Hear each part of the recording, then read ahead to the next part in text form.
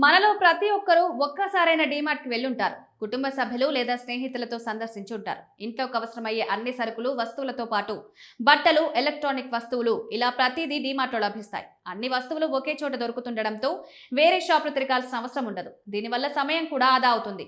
ఈ కారణంతో డీమార్ట్‌కు ఎక్కువ మంది వెళ్తుంటారు. అంతేకాకుండా డీమార్ట్‌లో హోల్సేల్ ధరలకే అన్ని వస్తువులు లభించడంతో పాటు అనేక డిస్కౌంట్లు, ఆఫర్లు అందుబాటులో ఉంటాయి. దీంతో డీమార్ట్‌ను ఇష్టపడని వారంటూ ఎవరు ఉండరు. ఇంట్లోకి ఏదైనా అవసరమైతే వెంటనే డీమార్ట్‌నే టక్కున అందరికీ గుర్తొస్తూ ఉంటుంది. అయితే డీమార్ట్‌లో అనేక విషయాలు మనల్ని ఆకట్టుకుంటాయి.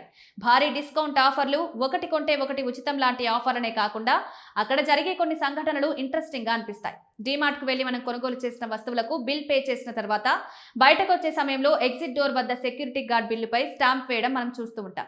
ఇలా ఎందుకు వేస్తారని మనం చాలా మందికి ఉంటుంది. బిల్లుపై స్టాంప్ వేయడానికి రీజన్ ఏంటనేది చాలా మందికి తెలియదు.